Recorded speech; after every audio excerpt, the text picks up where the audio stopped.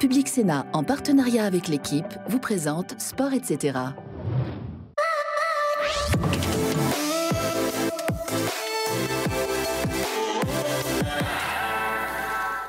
Bonjour à tous, je suis ravie de vous retrouver pour ce nouveau numéro de Sport, etc. On va parler médailles olympiques, football féminin, maman sportive et droit à l'image dans le sport. Tout de suite, le sommaire. Les sportifs veulent retrouver la maîtrise de leur image. Comment la question du droit à l'image est devenue un élément central dans le sport. Un vent nouveau souffle sur le football féminin. Nouvel entraîneur, nouvelle approche, nouvelle communication. L'équipe de France féminine a-t-elle résolu tous ces problèmes ? 5e nation mondiale. Voici l'objectif de la France pour les Jeux Olympiques de Paris 2024. Qu'ils soient considérés comme réalistes, ambitieux ou même démesurés, quels sont les moyens mis en place pour y arriver ? Pour m'accompagner aujourd'hui, Michel Savin, président du groupe Sport du Sénat. Vous êtes également sénateur Les Républicains de l'Isère. Vincent Duluc, grand reporter à l'équipe, notre partenaire. Marie-Zévan GP, ancienne athlète, aujourd'hui journaliste et entraîneur d'athlétisme. Patrick Chêne, éditorialiste. Et nous avons le plaisir d'accueillir une invitée exceptionnelle dont la parole est particulièrement rare. Il s'agit de Faiza Lamari. Vous êtes la présidente de KEWJF, la société qui gère les droits de Kylian Mbappé, et vous êtes aussi sa maman. Et je vous remercie très sincèrement d'être aujourd'hui sur ce plateau. Bonjour à tous les 5. Il y a quelques jours, le Paris Saint-Germain publiait une vidéo promotionnelle mettant en scène quasi exclusivement Kylian Mbappé. En réponse, ce dernier publiait sur l'un de ses réseaux sociaux un message dénonçant l'utilisation inappropriée de son image. La question de l'utilisation de l'image des sportifs est une question récurrente et c'est l'affiche de Sport, etc. Michel Savin, on va parler de droit à l'image. Est-ce que c'est un sujet sur lequel vous avez déjà eu des discussions? Est-ce que c'est un sujet que vous avez déjà traité au sein du Sénat? Oui, c'est un sujet qui fait partie des éléments de discussion lorsqu'on a travaillé sur tout ce qui touche à l'économie du football, parce qu'on voit bien que aujourd'hui, ça prend une part importante dans le fonctionnement des clubs, mais aussi auprès des joueurs. Et puis, je pense que ce qui s'est passé récemment dans l'économie du foot avec l'épisode Mediapro, on voit bien qu'aujourd'hui, c'est une économie qui est en difficulté, mais de l'autre côté aussi, dans le même temps, on voit quand même encore des salaires qui sont importants. Et puis, ce sujet de droit à l'image. Droit à l'image du joueur professionnel, mais aussi le droit à l'image en direction du club, parce que le joueur est quand même fait partie d'un club, et c'est là où il y a toute la différence. Il faut bien faire attention à l'équilibre. Et c'est tout à fait normal que les joueurs mettent en avant la qualité de leur profession. Mais de l'autre côté, il y a aussi un rendu avec le club qui doit être équilibré, et c'est toute la difficulté de l'exercice. Faiza Lamari, votre fils a pris une position très ferme. Il souhaite, je le cite, se battre pour les droits sur l'image individuelle. Il était particulièrement en colère après cette vidéo? Oui, il était en colère. Il m'a appelé, comme il fait souvent. Quand il décide de passer à l'action sur les réseaux sociaux, il prend quand même le temps d'appeler 2-3 personnes. Ma réponse, je comprenais son désarroi et en même temps je lui dis écoute, c'est pas le moment de réagir, laisse couler et on verra après, il sera toujours le temps de rétablir la vérité. Ce à quoi il a répondu, quand on connaît Kylian, non, je veux pas. Je lui ai dit il était tu décidé. Tu connais les conséquences. Il m'a dit je vais les assumer. Donc voilà, il a fait ce tweet. Comme oui, c'était un message, une story d'ailleurs qu'il n'a pas. C'était à chaud. C'était à chaud. Avec son cœur. Avec son cœur, parce qu'il est entier. Et oui, forcément. Alors là, c'était pas du droit à l'image individuelle. Non, mais on va y revenir. On va y revenir, justement. Oui, il était un petit peu en colère. Parce que la question du... passé. Oui, il a juste répondu comme un enfant qui est né avec les réseaux sociaux. Chacun sa communication. C'est ça. Il l'a fait en story. Oui, on rappelle qu'il a 24 ans. Ouais. La question du droit à l'image s'est déjà posée, d'ailleurs. Alors, je suis repartie dans les livres d'histoire, évidemment. Le premier exemple, bon, pas des livres d'histoire, j'exagère un petit peu, puisqu'il s'agit de Jean Tigana. Il se trouve qu'il trouvait, lui, qu'il était sursollicité avant le Mondial 86 et donc il avait menacé de ne pas aller jouer avec l'équipe de France au Mexique. Vincent Duluc, vous êtes l'auteur d'un dictionnaire amoureux du football qui est savoureux. Ça existe depuis un petit moment, cette question. En tout cas, la question, oui, de l'individualisation du droit à l'image par rapport au droit à l'image collectif, effectivement, c'est très vieux. Alors après, parfois, c'est pour un principe, parfois, c'est pour un intérêt. Moi, le plus vieil exemple que je connaisse, c'est Johan Cruyff, en finale de la Coupe du Monde 74, qui était le seul joueur avec un maillot seulement à 2 bandes, parce qu'il était sous contrat avec Puma, et que les Pays-Bas étaient sous contrat avec Adidas. Donc effectivement, c'est quelque chose d'assez vieux. Aussi en équipe de France de foot, il y avait eu l'épisode des chaussures, qui était normalement un contrat collectif avec Adidas, et les joueurs trouvaient qu'ils n'étaient pas assez payés, ils avaient mis du cirage sur les 3 bandes blanches. Donc en fait, voilà, il y a toujours eu des affaires comme ça. Mais aujourd'hui, les enjeux sont beaucoup plus importants. Déjà pour les chaussures, en équipe de France, par exemple, c'est individualisé depuis une quinzaine d'années environ. Mais forcément, ça pose problème quand 2 ou 3 joueurs concentrent toute l'attention de tous les. Oui, parce que Kylian Mbappé, il avait déjà souligné cette question. Noël Le Graët avait rendu public le fait qu'il, lors d'un rassemblement de l'équipe de France en mars 2022, il n'avait pas voulu prendre part à une opération marketing. C'est donc quelque chose qui existe en équipe de France. Enfin, on ne le découvre pas aujourd'hui. Non, on ne le découvre pas. Ce qui est marrant dans cet épisode, mais Faisal Amari pourrait l'expliquer mieux que moi, c'est qu'en fait, c'est parti au début, ça a été lu comme une initiative individuelle, et finalement, le reste de l'équipe, très vite, s'est dit, mais en fait, il a raison, il faut qu'on embraye, il faut qu'on aille derrière lui. Et c'est devenu une action collective, mais qui est partie de Kylian. C'est parti de lui, et il a été suivi.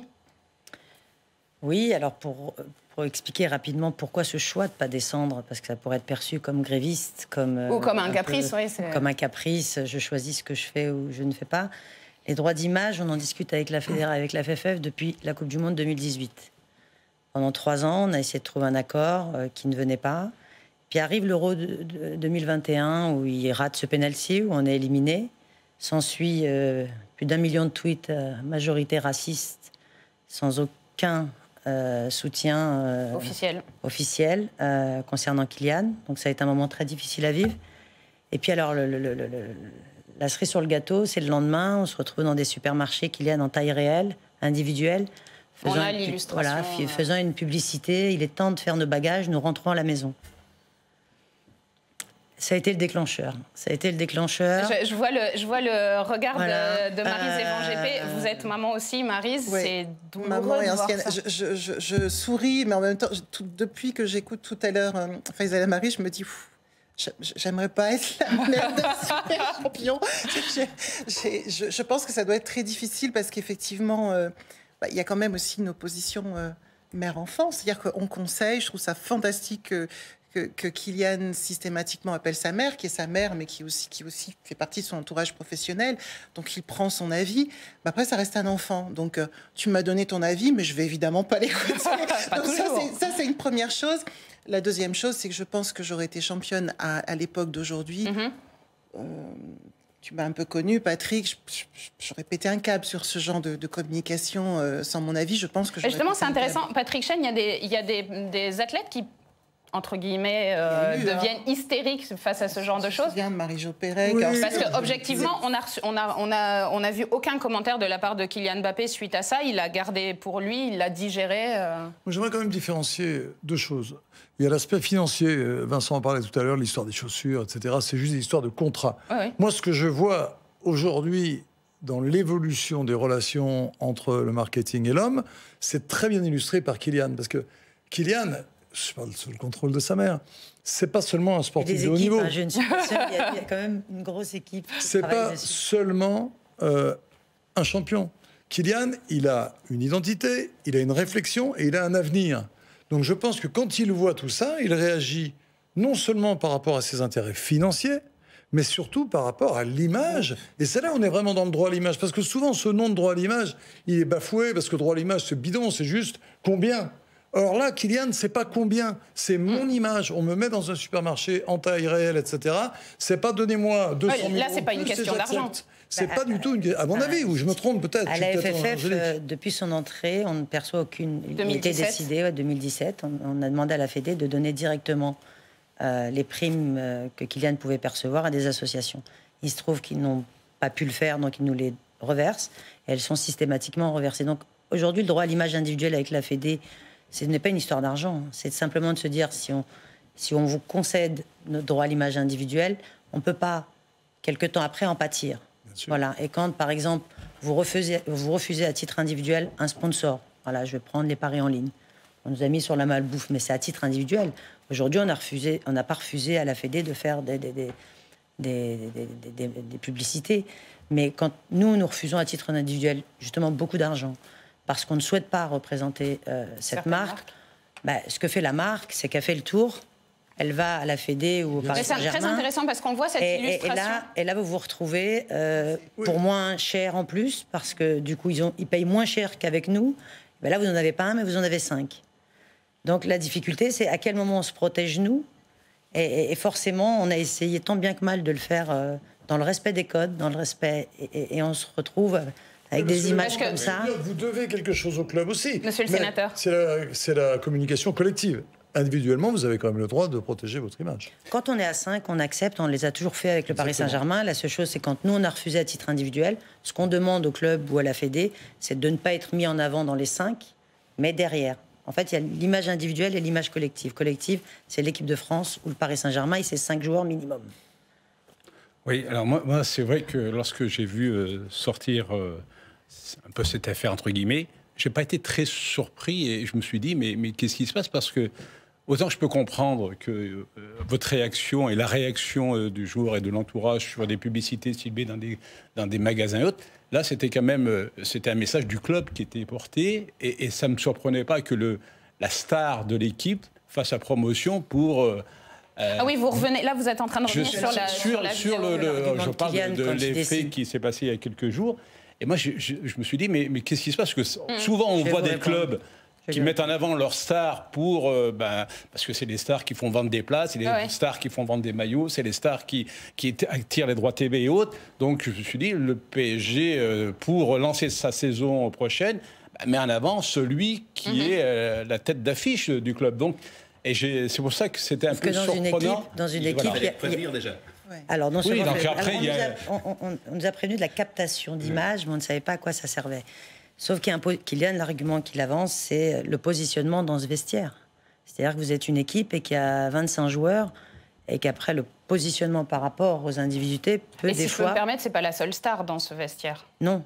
Et qu'il n'a pas forcément envie de porter quelque chose... le PSG sera toujours le PSG, que Kylian reste ou que Kylian parte. Les hommes passent, mais le club reste, et c'est pareil pour la Fédé. Maintenant, s'il avait été à 5 avec... là, il est mis à ce moment-là avec 3 jeunes, et tant mieux pour l'identité. Après, avec le PSG, c'est rentré dans l'ordre très rapidement, et il n'y a pas eu de conflit particulier. Ce que je trouve délicat aujourd'hui, et je reviens sur l'histoire des sponsors et des sponsors de la Fédé et des droits, c'est qu'on arrive dans une période en fait où on demande de plus en plus à des sportifs et à des stars donc de porter certaines valeurs. On leur demande de s'exprimer aussi, alors de préférence sur des sujets pas trop polémiques, sur les autres on ne veut pas les entendre. Oui, mais en même temps, quelque part, on leur refuse une certaine individualité au seul propos qu'ils sont employés. Donc tu es employé, tu sers un club. Si je peux me permettre, même humainement, chacun, si tous les employés qui regardent cette émission, si on les utilise si on utilise leur image pour des marques qui sont contre ça peut être un vrai leur valeur, c'est quand même un vrai problème. Alors, je pense qu'il y a forcément un compromis, et le compromis passe par la discussion. Mais par exemple, moi, ce qui peut me choquer en tant que maman, pour le coup, je pense que j'aurais peut-être passer un savon à mon fils ou à ma fille, lui dire va déjà discuter, va régler tes problèmes en interne, va discuter avec ton club. La vidéo, elle était publique, donc c'était déjà dans l'espace public.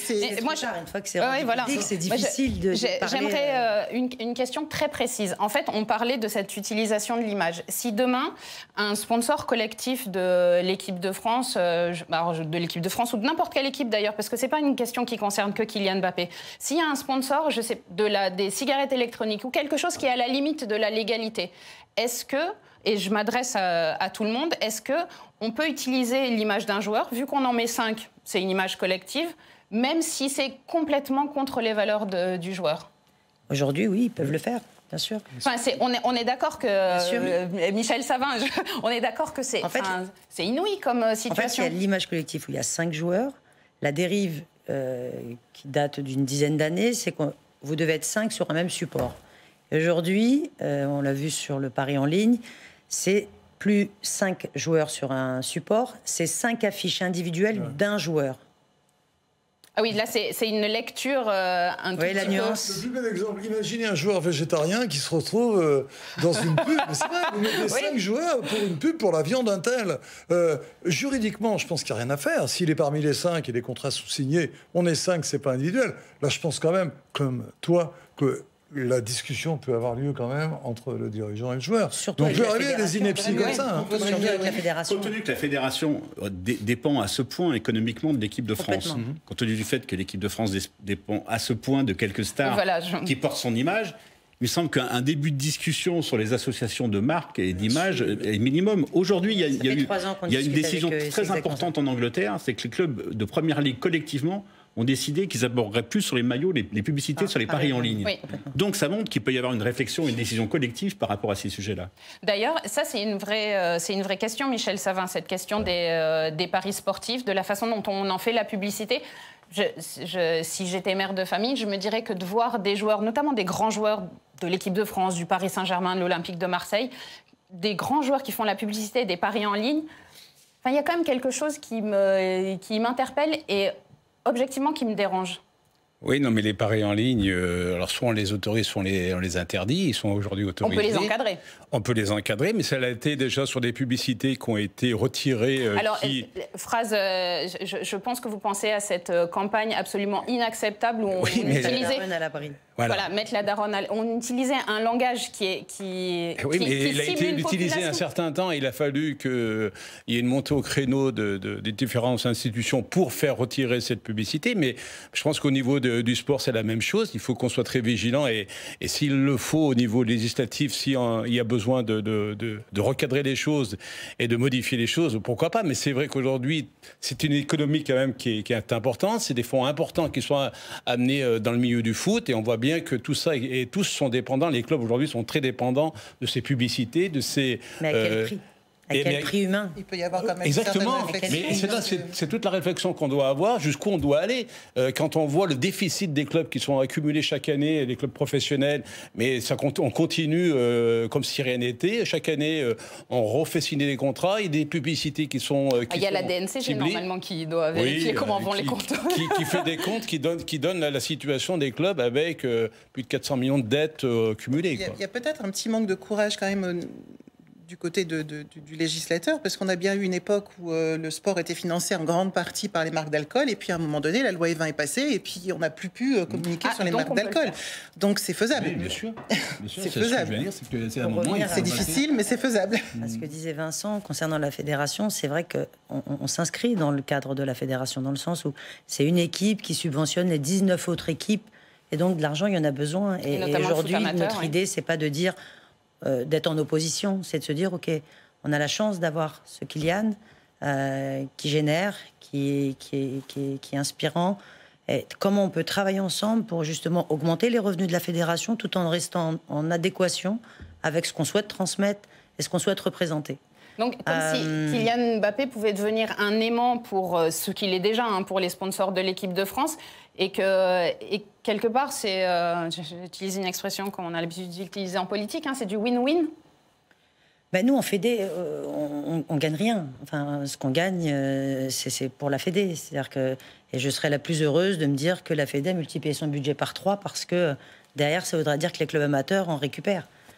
Aujourd'hui, c'est pas le cas. Aujourd'hui, c'est 2 entités qui travaillent chacun de son côté. Et on arrive à ce point, de rupture au mois de mars. Les discussions ont repris avec le nouveau président. Et j'espère très rapidement qu'on trouvera un accord dans l'intérêt de tous, parce que ça fait du bien à personne ni à nous, parce que Vous venez d'en poser les bases de l'accord. C'est une clarté absolue. Mais par parenthèse, ça devrait être pour le foot amateur, c'est pas toujours le cas, puisque la dernière grande décision de la Fédé depuis 2-3 ans, c'est de réformer les championnats nationaux, de les diviser par 2. Et en fait, au contraire, c'est sur le dos des amateurs que la Fédé fait des économies. Mais je referme la parenthèse. Donc on a grandi dans le secteur associatif et dans le 93 et qu'aujourd'hui, voilà, on aimerait que ces gamins-là, grâce à cette équipe de France riche de culture, on puisse donner un peu plus que du matériel, mais aussi des moyens humains. Et c'est grâce à cette équipe et cette génération qui arrive, elle est extraordinaire. Et faisons les choses bien pour que tout le monde soit content et tout le monde... voilà, on avance sur le même chemin. Et ce n'est pas forcément le cas depuis quelques temps. Donc, il fallait passer par... Donc, il n'a pas fait une bêtise, Kylian. Non, pas du tout. Non, Pas, en tout cas. non, au Mais contraire, dur c'est une telle main tendue. Non, je parle juste dans le mode de Non, communication. mais je rigole. Et dans le fait, une mère a toujours envie de protéger son enfant. Hein. Ah, mais Non, c'est mais pas la mère qui parle. non, mais ce que j'allais C'est dire, pas la mère qui parle. là, on parle de sujets Voilà, qui sont exactement. au-delà de... C'est pas la maman qui parle, J'ai c'est bien aussi compris. sa présidente de Société de droit à l'image. J'ai bien compris. Et quand je vois les dérives, alors oui, on a nos valeurs, elles sont ce qu'elles sont. Peut-être que vous les partagez pas, mais en tout cas, c'est les nôtres. Et chacun si, d'entre je les nous ici partage. présent défend son image ses comme valeurs. il l'entend. À partir Bien du sûr. moment où je n'empiète pas sur la Fédé, c'est-à-dire qu'on a toujours respecté les codes de la Fédé. Et si il n'est pas descendu en 2022, il aurait pu descendre ne pas descendre en 2019, 2020, 2021. Mais on avait toujours cette culpabilité de dire non, on ne va pas occuper la scène. Et quand on n'est pas descendu, c'est qu'après cet épisode du supermarché, on contacte la Fédé. Je parlais plus on de contacte la communication par rapport au club. Je parlais pas. Avec le club, tout est rentré dans l'ordre. Avec le PSG, ça se passe très bien. Et Moi aussi, je vais défendre mes valeurs. On va parler foot féminin maintenant. Parce qu'on a à la tête de l'équipe de France féminine un nouveau sélectionneur. Il y a une nouvelle communication. On a l'impression qu'il y a quand même quelque chose qui a changé. Un vent de renouveau, peut-être, qui souffle sur cette équipe de France féminine à moins de 100 jours de la Coupe du Monde. Et c'est la prolongation de Sport, etc. L'équipe de France féminine a remporté 2 victoires rassurantes en vue de la Coupe du Monde féminine qui se déroulera du 20 juillet prochain au 20 août. C'est en Australie, en Nouvelle-Zélande. Le nouveau sélectionneur, c'est Hervé Renard. C'est un entraîneur globe-trotteur. Il a déjà participé à 2 Coupes du Monde masculines. Il a gagné 2 Coupes d'Afrique des Nations avec la Zambie et la Côte d'Ivoire. Il a expliqué son choix de rejoindre l'équipe de France féminine, un choix qu'on peut qualifier de surprenant. On en parle après l'avoir écouté. C'est une question de challenge. Il n'y a rien qui remplace les grandes compétitions dans notre métier, plutôt que de faire des qualifications qui s'éternisent et qui durent très longtemps. Donc là, on est servi, puisque dans quelques semaines, cette Coupe du Monde, l'année prochaine, les Jeux Olympiques, qui plus est dans notre pays, nous, Français. Donc je pense qu'il n'y a pas meilleure explication que celle-ci pour comprendre mon choix. C'est une belle déclaration d'amour à l'équipe de France, ça, Marie-Zévan GP? Oui, tout à fait. Et puis, surtout, je crois que c'est un beau challenge. J'ai entendu tout un tas de débats sur le fait que est-ce que c'était dégradé que d'aller entraîner des filles après avoir entraîné des garçons C'est vrai, on a entendu ce mot déclassement. Oui, déclassement. Non, mais déclassement, il est entraîneur de l'équipe de France. Je pense que c'est un vrai challenge. C'est un vrai challenge parce qu'effectivement, les échéances, elles sont belles, elles sont fortes et elles sont difficiles. Parce que jusqu'ici, l'équipe de France féminine a toujours échoué aux portes du podium, a été loin dans des Coupes du Monde, on peut pas dire le contraire, mais il manque l'action d'éclat. Donc c'est clair que quand on va chercher quelqu'un qui a déjà un beau passé, qui a réussi à mettre en action des équipes qui n'étaient pas forcément faciles à manager un petit peu partout en Afrique et qui a eu des très beaux résultats et qui a eu la saison qu'il vient d'avoir, tout le monde se tourne vers lui en disant « Toi, t'es censé réussir ». Donc c'est quand même une grosse pression, je trouve.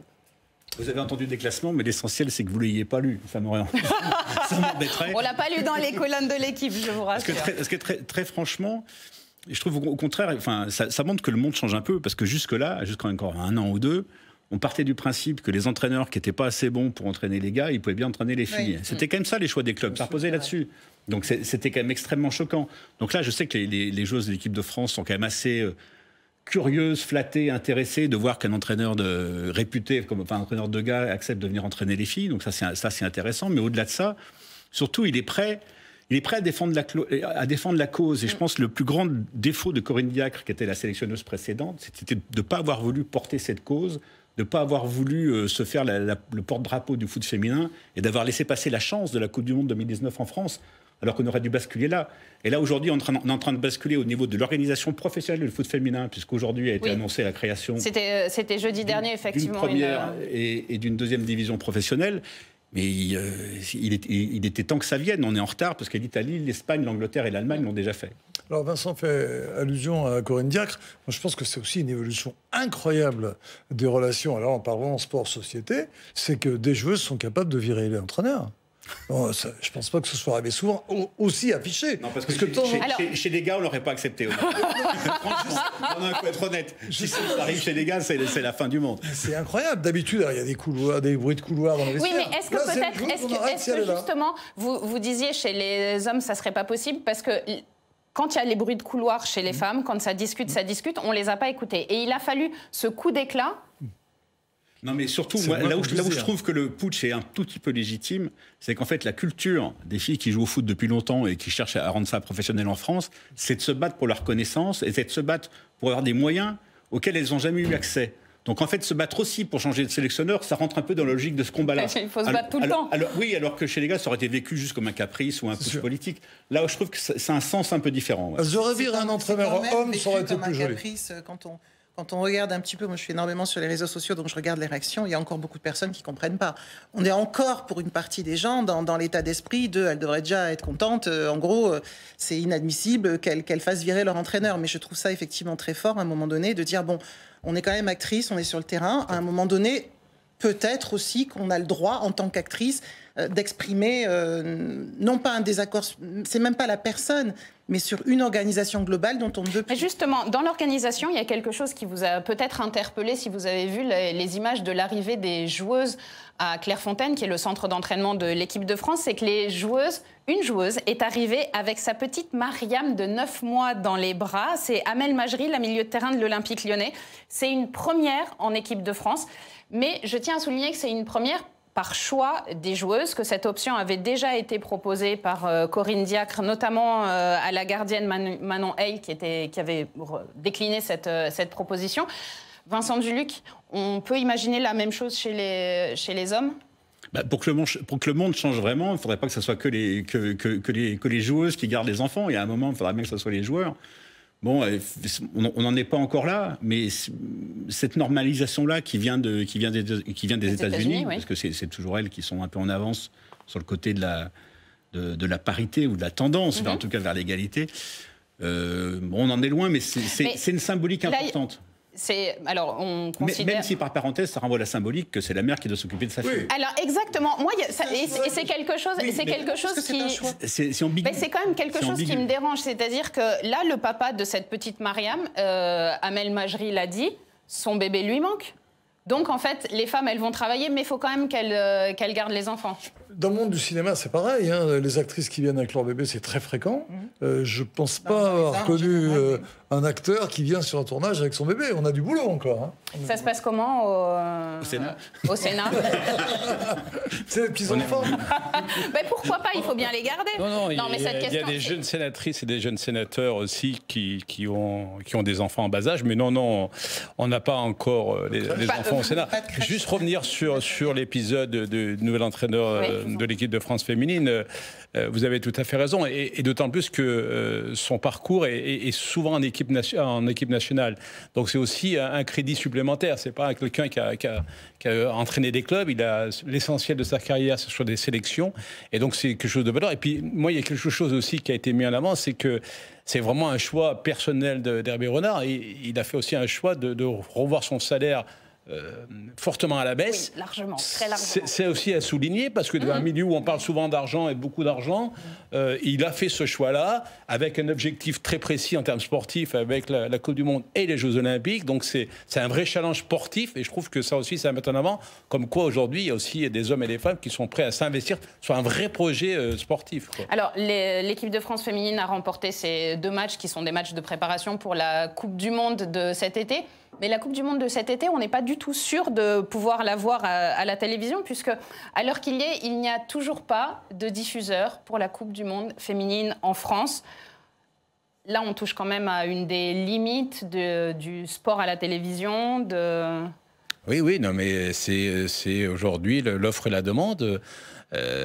Lorsqu'on voit Encore une fois, je reviens sur ce que j'ai dit tout à l'heure, les difficultés. On va voir ce qui va se passer pour le sport professionnel avec la Ligue qui va lancer son appel d'offres, la société commerciale qui va lancer son appel d'offres en automne pour les droits TV pour la Ligue 1. On va voir ce qui est le résultat, cet été, avec un enjeu quand même qui n'est pas neutre. C'est le devenir même de l'économie même du foot en France. On voit que malheureusement pour les filles, mais c'est vrai pour le foot comme pour d'autres sports, parce que vous parlez du sport du foot de l'équipe de France féminine, tous les autres sports, le basket, le volley et autres, les difficultés à être retransmis, même lorsqu'ils arrivent à des compétitions en demi-finale ou finale de grands championnats d'Europe ou du monde, on voit toutes les difficultés à pouvoir être retransmis à la télévision. Et je crois que là aussi, c'est un vrai problème. Alors, depuis longtemps, on essaye de retravailler sur les compétitions qui devraient être au moins sur les droits TV. Mais vous voyez, on avait une discussion hier en commission où on évoquait le fait que même pour le tournoi destination, prochainement, si les matchs de l'équipe de France vont être encore protégés, les autres matchs vont être diffusés, risquent d'être diffusés sur des chaînes privées et captées, donc cryptées. Donc on voit bien la difficulté qu'on a devant nous. Oui, ce qui m'étonne, c'est que c'est une équipe féminine et de la Fédé, de l'équipe de France. Donc on se dit, certes, on est en retard parce que c'est récent, mais qu'on puisse profiter aussi de cette notoriété des garçons, pour pouvoir, à un moment donné, se dire celui qui achètera les droits des garçons achètera aussi celui des filles. Parce que pour nos filles, nos petites sœurs, nos nièces, c'est important que le football féminin soit diffusé. Et si on ne peut pas, notre service public. J'ai un droit de réserve depuis longtemps que j'ai quitté la direction des sports France Télé, que j'ai assumé pendant quelques années. Lorsque j'achetais Roland Garros me fourguait, Bercy. Je pense que TF1, la Fédé dirait bon, on va continuer un peu sur les garçons, mais vous prenez les filles. Si on fait jamais l'effort. Ce serait de bonne guerre quand même. Surtout que ça vient de la Coupe du Monde 2019 qui avait fait des audiences absolument fortes. Oui, alors là, je précise quand même qu'il y a une question de décalage horaire. J'allais y venir, absolument. Mais il faut signer 3 éditions, il faut trouver un... Voilà, c'est ça. Mais c'est pas mal, cette idée de, si vous achetez les droits de la Coupe du Monde des garçons, vous achetez également les droits de la Coupe du Monde des femmes. On n'a pas de problème à diffuser un match de U17. Pourtant, ça reste des enfants et on les expose. Il y aura une solution, on verra ces matchs. Donc, est-ce qu'on verra cette Coupe du Monde en clair, pas en clair? En clair, la finale, on la verra forcément. Va-t-on toujours vers plus de sport payant à la télévision? C'est le hors-jeu de Sport, etc.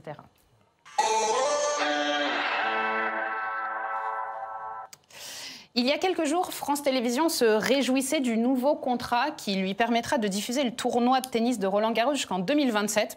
Alors, excellente nouvelle pour les fans de tennis et pour ceux qui ont, comme moi, eu l'habitude de réaliser leurs examens devant ce tournoi. Mais il y a quand même un petit bémol, c'est que, comme c'est le cas depuis 2 ans, Amazon Prime diffusera les matchs du soir, la night session, le moment où sont programmées les plus belles affiches. C'est le cas jusqu'en 2027. Pourtant, la présidente de France Télévisions, Delphine Ernotte, s'exprimait comme cela au micro d'Europe 1 en janvier dernier. Peut-être songer, et ça on a les moyens législatifs pour le faire, à ce que bien on impose d'une certaine manière la gratuité sur beaucoup plus de rencontres, sur beaucoup plus de grands événements. Les députés de la nation peuvent s'emparer de ce sujet. Moi je pousse beaucoup à ça. Après il y aura peut-être une répartition entre TF1, M6, évidemment France Télévisions, mais surtout il faut se défendre de cette privatisation du sport. C'est ça qui m'avait rendue furieuse au moment du match de Roland-Garros l'année dernière, puisqu'il était sur Amazon. Et donc, voilà, il fallait avoir un abonnement Prime, même s'ils ont dit que c'était gratuit. En fait, il fallait quand même donner sa carte bleue. Enfin bref, c'était pas si gratuit que ça. Donc Delphine Ernotte va continuer à être furieuse, mais est-ce qu'on peut vraiment faire quelque chose, Michel Savin? Écoutez, on voit bien toute l'ambiguïté. D'un côté, ce discours qui est très sympathique et qui peut être partagé par un grand nombre, de voir le plus grand nombre de rencontres en clair. Et puis de l'autre côté, il y a une économie, l'économie du sport professionnel qui aujourd'hui court après les contrats les plus importants. Tout à l'heure, j'évoquais le fait que même aujourd'hui, le rugby qui était encore protégé, on évoque la possibilité de voir certains matchs du tournoi à destination hors l'équipe de France sur des chaînes cryptées. On voit ce qui s'est passé à Roland-Garros. On va voir un petit peu aussi ce qui va se passer avec la société commerciale qui va essayer d'étendre ses droits à l'international pour la Ligue 1. Mais tout ça, parce que derrière, il y a des sommes considérables qui sont en jeu, qui font vivre le sport professionnel en France. Alors, soit on veut revoir les choses à la baisse en termes de fonctionnement au niveau du sport professionnel en France, et avoir moins besoin d'argent, et donc là, il y a peut-être ces possibilités d'État, mais ça veut dire que c'est un retour en arrière que personne ne veut, parce que derrière ça, il y a, il y a l'équilibre européen, et derrière, c'est-à-dire qu'on ne peut pas être, nous, les seuls à tenir ce flambeau. Donc, on voit bien qu'il faut arriver à trouver le bon équilibre pour maintenir et protéger certaines diffusions des matchs les plus importants, notamment des équipes de France et des grands championnats, et des grands tournois sur les chaînes en clair, et puis essayer de réguler. Oui, donc c'est un équilibre difficile, mais Amélie Oudéa-Castéra, la ministre des Sports, a déclaré au début du mois de mars qu'elle travaillait sur une modification du décret. C'est un décret qui date de 2004, qui définit les 21 événements majeurs qui devraient être diffusés en clair. Le sport gratuit à la... C'est pas la totalité. Pardon, j'ai modestement participé à la rédaction de cette loi, la première. Donc le décret de 2004 ? Non, c'est de l'avant. Encore avant ? Avec Marie-Georges Buffet. Le décret ensuite est revenu là-dessus, avec, je tiens à saluer d'ailleurs Charles Bietri, qui était à Canal et moi patron des sports France Télé. Ça a été un barnum pas possible. Et je pense que ça a été une belle réussite de protéger ces finales et ces grands événements.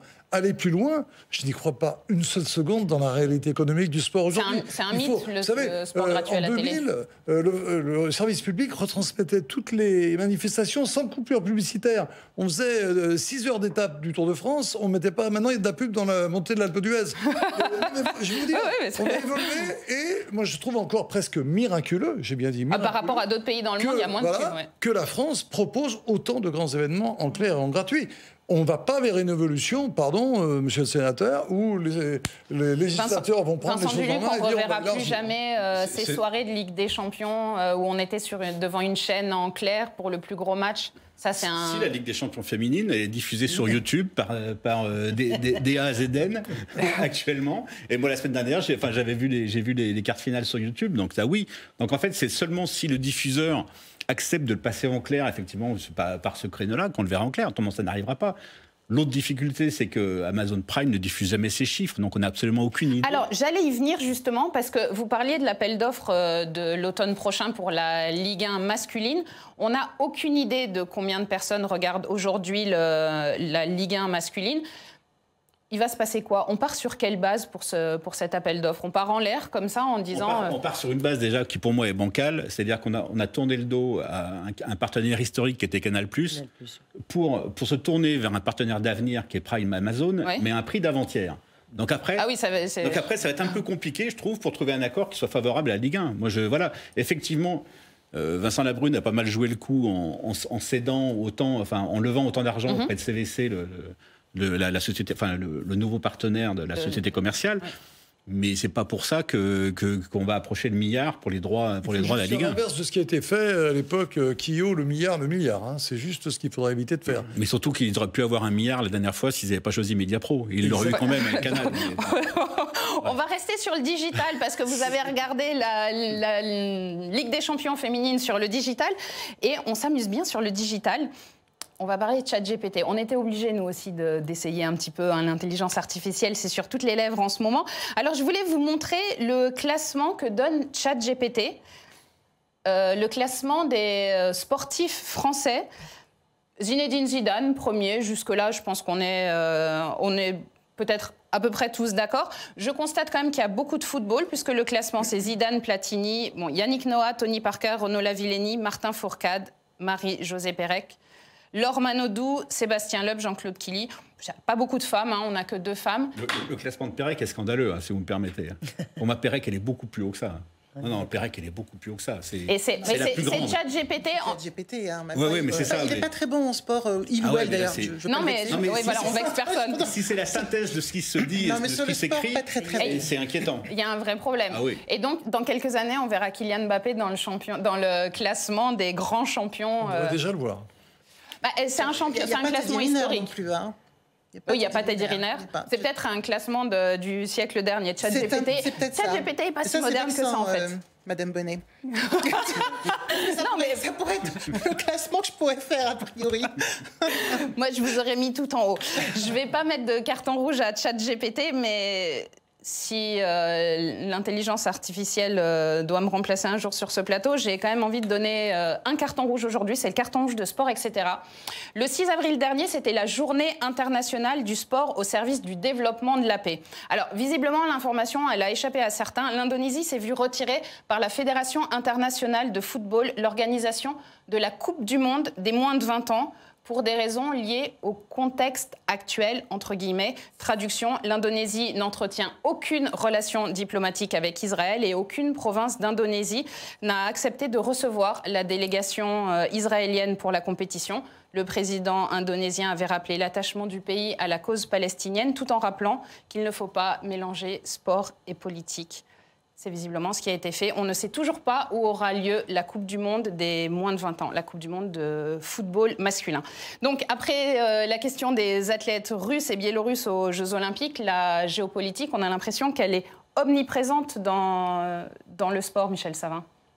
Oui, alors est-ce que c'est un bien ou un mal je sais pas, je pense qu'il faut qu'on protège quand même, le sport doit être quand même un endroit où on devrait protéger les compétitions et les athlètes qui y participent, parce que tout athlète, quelle que soit son origine, quel que soit son pays, lorsqu'il s'investit dans un sport, son rêve, c'est d'aller le plus haut possible dans les plus grandes compétitions. Et voilà, donc c'est vrai que c'est toujours des sujets qui sont très polémiques. On va voir ce qui va se passer pour les Jeux de l'année prochaine à Paris. Bon, j'espère que ce soit une grande fête sportive et que le maximum d'athlètes de l'ensemble des pays du monde puissent y participer. Voilà. Après, bien sûr qu'il y a des enjeux politiques, il y a des enjeux de société par rapport à ce qui se passe dans certaines régions de la planète. Mais est-ce que c'est les sportifs qui doivent être les plus grands perdants? Je ne crois pas. Football et politique, c'est quand même des amours conflictuels depuis un petit moment, Vincent. Dans le cas de cette Coupe du Monde... De toute façon, historiquement, que ce soit en foot, pour le foot, pour la Coupe du monde de foot ou les Jeux Olympiques, globalement, on est à peu près toujours allé à l'endroit où il ne fallait pas, au moment où il ne fallait pas. C'est quand même... Quel talent. Pour ça, c'est quand même assez ancien. Sauf la France. Oui, sauf les Olympiques. Oui, voilà. Parce que nous sommes irréprochables, c'est pour ça, c'est l'avantage. Mais au-delà de ça, effectivement, tout le mouvement occidental en faveur de l'Ukraine et contre la Russie va se heurter au moment des Jeux Olympiques à l'idée que dans le monde, tout le monde n'a pas la même notion du camp de l'agresseur et du camp des agressés. Et qu'il y a d'autres conflits dans le monde et que ça crée une jurisprudence qui est, sur le long terme, probablement intenable. Et là, on est au cœur de cette jurisprudence et on ne sait pas comment ces Jeux vont avoir lieu, quel boycott aura lieu. Enfin voilà, c'est très difficile. Patrick Chêne, rapidement. Pardon, monsieur le sénateur, mais moi je trouve cette vision un petit peu angélique. Je ne suis pas là pour dire qu'il ne faut aucun athlète d'origine russe, biélorusse aux Jeux. C'est pas à moi de le décider.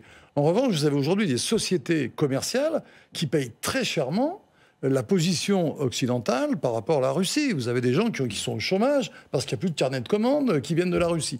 Donc moi, je n'aime pas trop isoler le sport de tout cela en disant les pauvres sportifs, ils se sont préparés, ils sont russes, mais ce n'est pas de leur faute. Je pense que le soft power en politique et en sport, il existe. Donc la manière dont vont être récupérées les performances des Russes s'ils viennent sous une bannière neutre, la manière dont ça va être récupéré par le pouvoir russe, on sait comment ça va se passer. Je ne suis pas en train de dire qu'il ne faut pas qu'ils viennent. Mais arrêtons avec l'angélisme en disant les pauvres petits sportifs. C'est pas de l'angélisme. Ce sont des gens comme les autres. Dire en équipe, puisque les équipes ne peuvent pas participer aux événements. Exactement. Donc déjà, ça réduit le... Non, et puis on aura... Moi, je reprends ce que vous disiez tout à l'heure. C'est vrai ce qui se passe aujourd'hui en Ukraine et en Russie. Il y a d'autres conflits dans le monde et donc ils devraient avoir la même position. Qu'est-ce qu'on va faire demain si la Chine continue à avoir des positions aussi belliqueuses vis-à-vis de Taïwan? Ça veut dire que demain on refuse aussi les Chinois. Donc voilà, on rentre dans un système où vous avez tout à fait raison. Ça va faire jurisprudence et je vois pas. Voilà. Et moi, j'ai envie, j'espère, et je crois qu'aujourd'hui tout le monde, le mouvement olympique et français se mobilise pour la réussite de ces Jeux, mais bien entendu... Eh bien, justement, tout le monde se mobilise pour la réussite de ces Jeux. On va continuer à parler Jeux Olympiques, parce que les célébrations du J-500 sont terminées à présent. Le président de la République, Emmanuel Macron, a sonné la mobilisation générale et certains commencent à réévaluer les objectifs en termes de médailles. Objectif 80 médailles, c'est le score de sport, etc.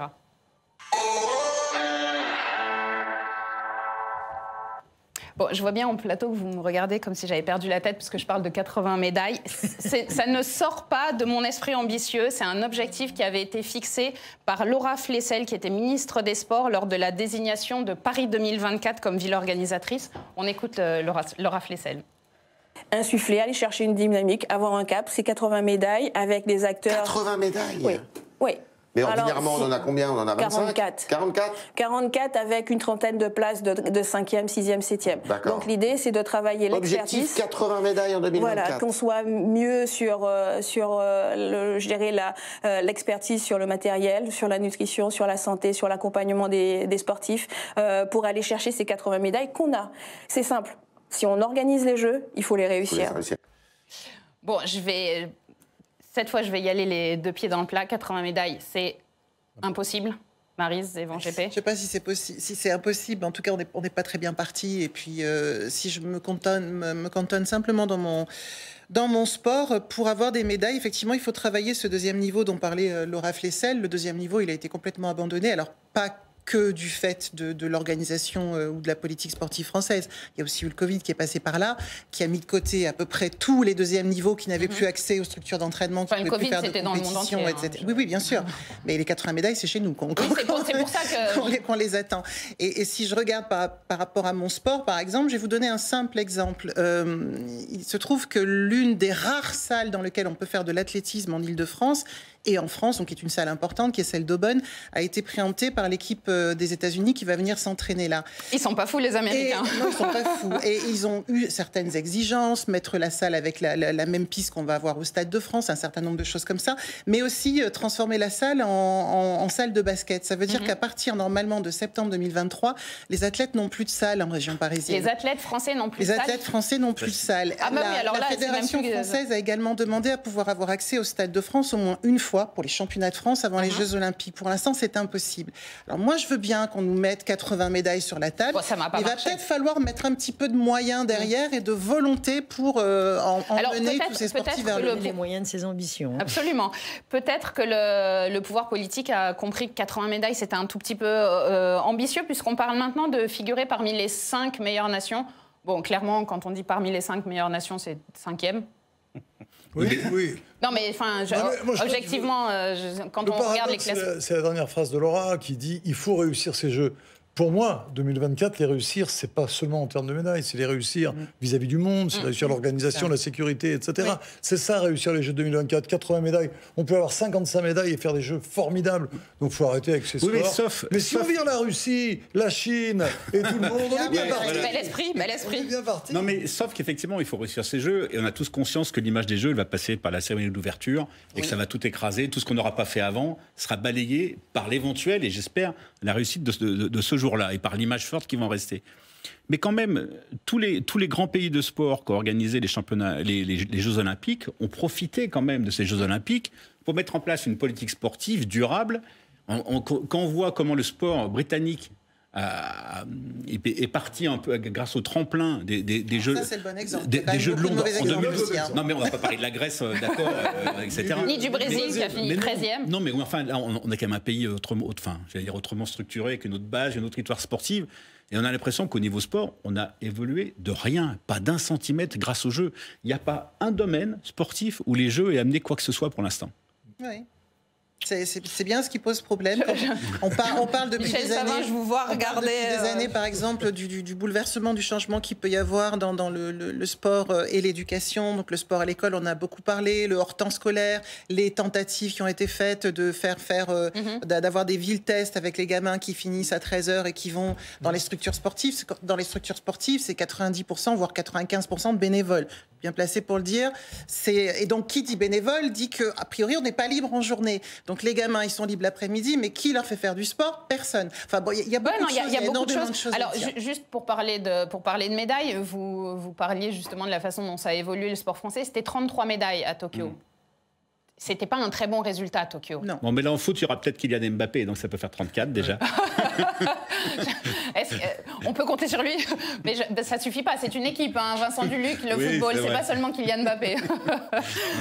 Peut-être quand même avoir un petit espoir quand même Alors, pas sur le nombre de médailles, hein, mais il faut quand même prendre en compte que, alors peut-être avec un peu de retard, vous avez tout à fait raison, mais quand même, des choses ont été mises en place. Claude Onesta a mis en place Ambition Bleue et le cercle de la haute performance. Où on a passé autant de temps en polémique qu'en mise en place, quand même, globalement.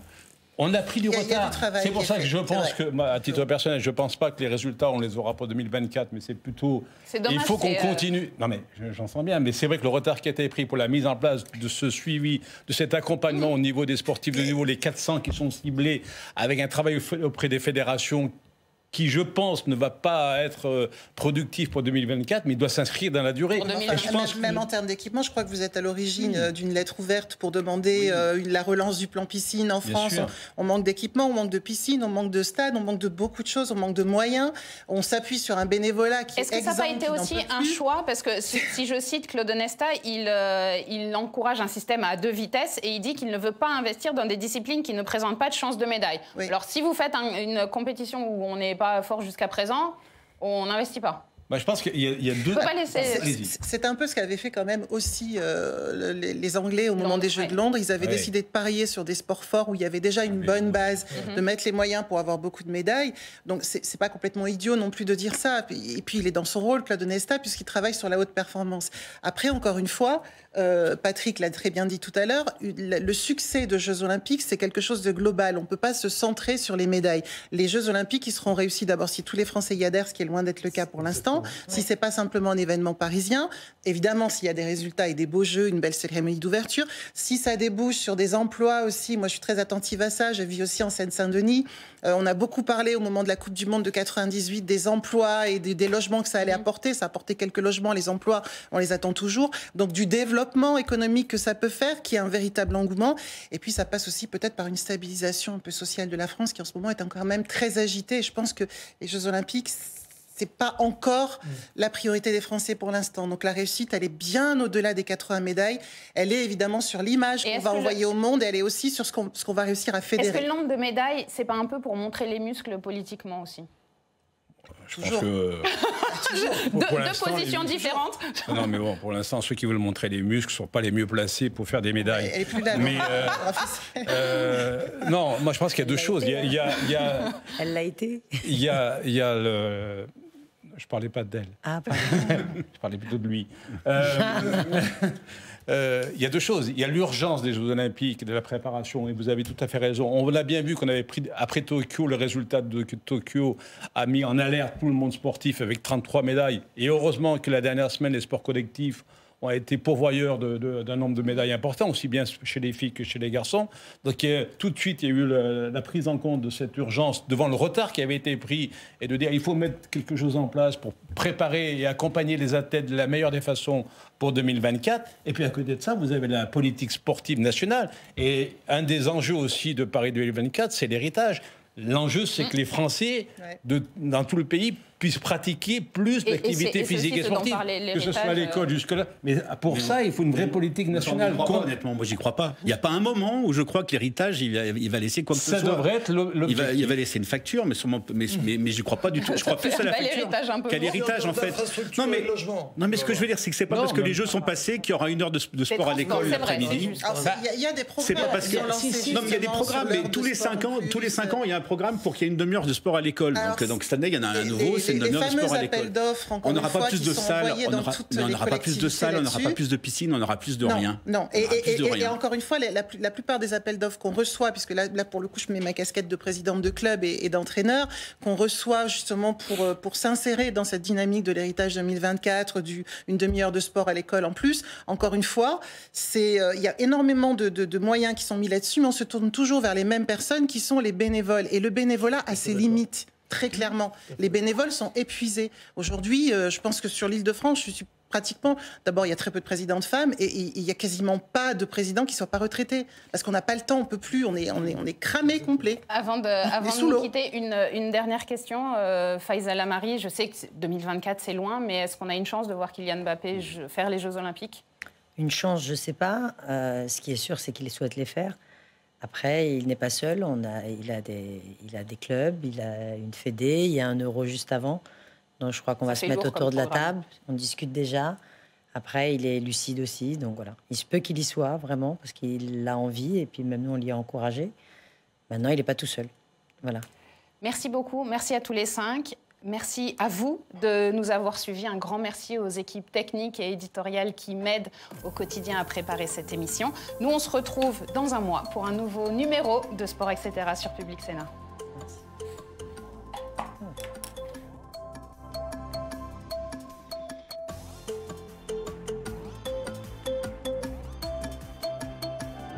Public Sénat, en partenariat avec l'équipe, vous a présenté Sport, etc.